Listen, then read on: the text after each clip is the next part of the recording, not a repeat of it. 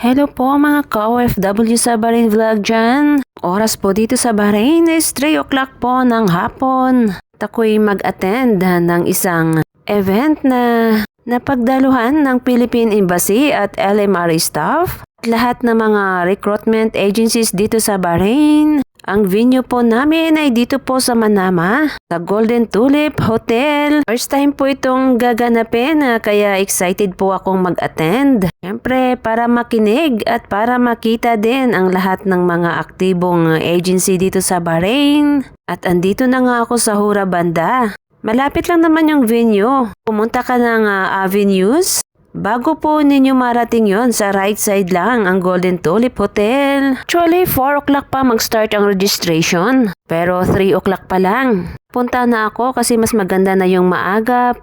Mas maganda na yung mauna, tsaka malapit lang naman kasi yung area ko dito. Ito din kasi ako mismo sa Manama, kaya nagahan ko na ang pagpunta. Andito na nga tayo banda sa Al Baraka Building. Maraming salamat nga po pala sa inyong lahat nang dahil sa inyo po ay monetize na ang aking YouTube channel. Thank you so much sa pag-subscribe po sa aking YouTube, OFW sa Bahrain Vlog. Siyempre, maraming salamat po sa inyo sa pag-play ng aking mga videos. Kayo po ang dahilan kung ba't po ako na-monetize. Maraming salamat po sa inyong lahat. Samahan niyo po ako dito, malapit na ako. Baka ako pa lang ang tao pagdating ko doon kasi sobrang aga pa.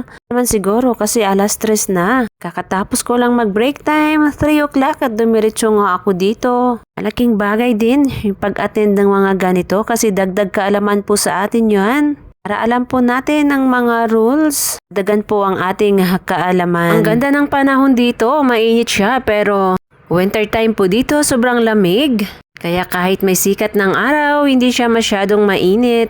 Napakalamig ng hangin. Tanaw ko nga dito ang trademark ng Bahrain. Nandito na tayo sa area kung saan gaganapin ang event. Pag diniritso mo lang to, pwede ka pong makarating ng Avenues. Isang magandang mall dito sa Bahrain, The Avenues. Marami pa ding sasakyan. Pero hindi po siya traffic. Natatanaw ko na nga po ang building kung saan po kami pupunta. Naisipan ko nga dumaan ng mall mamaya kung medyo maaga pa matapos ang event. Malapit na dyan, walking distance na lang, Avenues na siya. Masarap din mag-relax sa mall na yan kasi may mga upuan. Kapong maupo pag medyo napagod ka na sa kalakad-lakad. Dito na nga tayo sa venue. Ito po ang lugar kung saan gaganapin po pag-briefing sa mga recruitment agencies. Daan ng hotel, napakalaki pala to. 5-star hotel kasi siya. Pang ako talaga ang mauna dito. Check po natin sa loob kung sino-sino na nga ba ang andito. Dito na nga ako sa loob. Tanong ako sa kanilang reception. Saan ba banda gaganapin? Event ng Philippine Embassy. Tinuro nga nila ako sa pintuan na to. At syempre dumiretso na ako. Sabay tulak ko na sa pintuan. Pati pintuan ang bigat. At dahil sa maaga nga ako, wala pang masyadong tao pero may mga nauna na din. Siguro mga 4 sila. Dito na tayo sa venue, dito gaganapin mamaya-maya. Wala pa talagang katao-tao, kaya pwede kang mamili ng pwede mong upuan. Pero mas pinili kong nasa likuran kasi nga magvi-video ako para naman hindi ako makadistract sa mga tao. Hindi kasi maganda na nasa unahan ka tapos panay ka video. So, nakapili na ako ng aking maupuan. Dito na ako sa likuran. Sana may award yung pinakamaagang dumating. Po, Migrant Workers Office. Dito sa Bahrain. Po ang nag-held ng event na to. Mga bisita nga taga LMRA, government ng Bahrain. Lahat na may-ari ng mga recruitment agencies, mga staff, skilled at household visa na mga pinaprocess ay mag-a-attend maya-maya. Dito na sila. Inagahan ko lang ang pagdating, baka kasi may premyo. Set na nga, nakaready na ang lahat ng table. Meron na silang paper na nilagay at lapis. Meron din silang nilagay na tubig. Dumating na nga yung mga taga-embassy. Nag-register na ako. Siyempre nauna ako kasi nauna ako dito. At binigyan ako nila ng ID. May name tag kami habang nakaupo. Sinuot ko na nga at meron kami nga nuts at mga chocolates nilagay ng mga staff ng hotel dito sa aming table para habang nag-aantay kami na mag-start ay may makain kami. At inumpisahan ko na ngayon sa table ko. Habang yung iba ay parating pa lang at nagre-register dyan sa likuran ko. Nung nakaupo nga sila, yung sa akin, ubos na. Tama ko nga pala sa table ko, yung Nepali. Isang staff din siya sa isang manpower. Ayan na nga, nagsidatingan na yung mga guest at mga participants. Halos mapuno na kami. Hindi ko na rin nakunan ng video ang pagkanta namin ng national anthem at ang pag-pray bago mag-start. Seryoso din ako syempre. Ang sarap sa pakiramdam. Marinig mo ang lupang hinirang na inaawit. Nakakamiss din ng Pilipinas. Bago pa man mag-start, nag-picture taking po muna ang lahat sa sobrang dami namin. Hindi na maabot kung sino yung mga kasamahan ko. Kaya ni-shareball ko na lang ang sarili ko. Nilagay ko ang aking cellphone sa unahan para naman may makuha kong remembrance. Pero hindi talaga kami kinaya. Hindi kami lahat kasya. At ayan na nga, nagsa-start na. Andyan si Ambassador at mga staff sa embassy at ang mga taga LMRA. At lahat nga ng mga may-ari ng mga agency dito at mga staff at secretaries ay andito po lahat. Kaya marami po kami. Marami pong na-discuss dito. Kaya kung gusto nyo pong malaman, tawagan nyo po ang inyong agency kung saan agency po kayo. Kasi kung ako pa ang magsabi dito, kulang ang aking time. Ilang minuto lang ang aking vlog. Maganda talaga yung may ganito. Parang 5 o'clock na nga kami nag-start ng hapon. Tapos nga pala yan hanggang alas 9. Halos 6 hours din pala ako dyan. Akala ko nga 1 hour lang. Mahaba pala. Maganda na din kasi marami kang matutunan. At first time lang itong ginanap. After nga po pala nito, meron din silang open forum which is maganda po kasi kung meron kang katanungan, pwede nilang masagot agad. Nang maliwanagan po ang bawat isa, meron din pala silang hinanda na certification. Bawat agency po na nag-attend ay nabigyan naman nila ng certificate. Tapos meron palang pa-dinner, ilang sandali na lang at kami kiat na sa stage.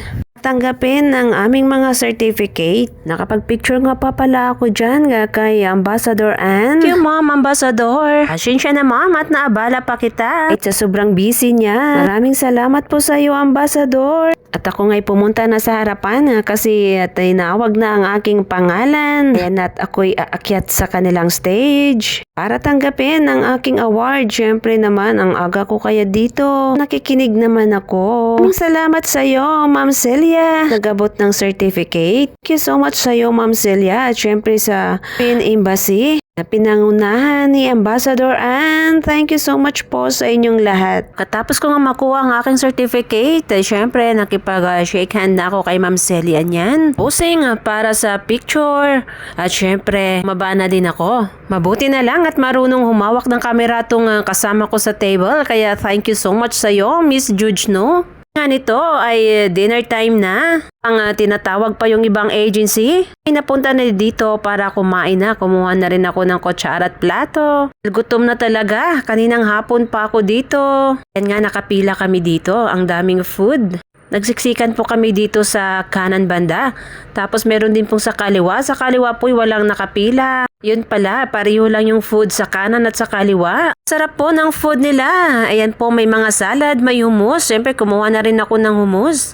Hindi ko na rin natikman yung salad kasi inuna ko yung kanin. Meron silang beef. Beef din po ulit ito. At saka meron din silang pasta. Pang kanilang pasta kasi nakain ko. Masarap yung kanilang pagluto ng beef, napakalambot tsaka napakaraming cakes. Anli po yan sa gustong kumain pero hindi pa ko kumuha ng kahit isang slice. Kasi nabusog na ako sa kanin at hindi ako masyadong mahilig sa matatamis. Ito lang po ang nakuha ko. Kuwan pa lang po yan. Naka-take 2 po ako dyan. Ako ng rice, beef at saka hummus. Meron din akong konting pasta. Dahil sa gutom na nga, inumpisahan ko na. Dyan na rin lang ako tumayo kung saan nila nilagay ang mga pagkain. Hindi na rin ako nakabalik sa aking upuan doon sa labas. Para madali akong maka-take 2, diba? May salamat po pala dyan sa napakasarap na food. Only food po at only drinks sila. Ganda po ng event na to, napaka well organized po. Dito dapat smooth lang. At ang iba pa nga dyan, hindi pa nakakain dahil nag-aantay pa sila na tawagin ang kanilang agency para kunin ang kanilang certificate sa taas. At ang kasama ko nga dito ay busy din sa pagkain. Nga lang at alerted din siya kumuha ng mga pictures at videos. Na naman meron naman akong remembrance. Magna 9:30 na nga pala yan. Kasi halos alas 9 na natapos. Salamat po, Philippine Embassy, sa napakasarap na foods. May pang hindi naubos na pagkain. Marami pang mga cakes andun. Nakakola na ako. Medyo busog na ako dyan. Naisipan ko ngang ipakita sa inyo ang mga kasamahan ko dyan na kumakain din ng kanilang dinner. Ayan po, napakarami po namin. Yung iba po ay taga LMRA, yung nasa government ng Bahrain, mga taga Philippine Embassy, mga may-ari po ng mga agency dito sa Bahrain, recruitment agencies. Sila po yan dyan at saka yung mga staff. After po ng kainan ay nagsiuwian na rin kami. Halos naman lahat ng andito sa Bahrain. Rado, andito din yung agency nyo na naka-attend. Po yan ay yung mga nagpa-process sa Pilipinas, mapa-skilled o household visa man. Kompleto po. Ito po lahat ng mga recruitment agencies. Kaya for sure, makikilala nyo kung sino yung agency nyo dyan. Dahil medyo gutom pa ako sa kaka-video. Ubusin ko muna ang aking kain sa plato. Balik nga muna ako dito sa aking pwesto at kasama ko nga uli yung mga taga-embassy. Kumakain sila. Lang kami sa loob nakatayo lahat.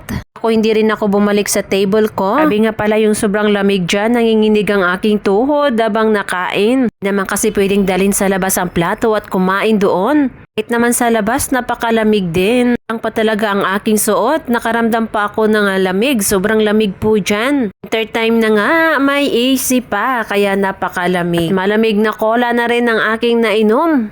O hindi lang halata, nanginginig na talaga ang aking tuhod. Ilang oras ko pong pakinig dyan na nakaupo at nakakain po ako ng marami. Siyempre, busog na din. Ko pong kumain, hindi ko na po matandaan kung anong mga pinag-uusapan kanina. Kaya lang, nagsulat ako dahil sa tapos na. On time na, kaya dito naglalakad na ako palabas ng hotel. Ako po'y mag-aantay ng aking sundo. Sobrang lamig din pala dito sa loob. Mas malamig din pala sa labas. Alam ko lang sana na ganito kalamig, nagdubli sana ako ng jacket. Palabas na nga ako ng hotel. Ang ganda ng hotel nila, ang ganda ng view sa loob. At maganda din naman sa labas. Ayan, may mga tao dyan sa labas. Ako nga din magtatambay dito sa labas para mag-aantay ang aking sundo at nang makauwi na. Salamat po sa inyong lahat. Thank you so much po. Maraming salamat sa pag-play ng aking mga videos. Thank you so much po sa inyo. Nang dahil sa inyo ay na-monetize na po ako. Bukas po uli mag-upload ako ng video kaya sa ngayon. Good night na. Matutulog na din ako. Sobrang gabi na dito. Babayo na sa inyong lahat dyan. Good night, Bahrain, and good morning, Philippines.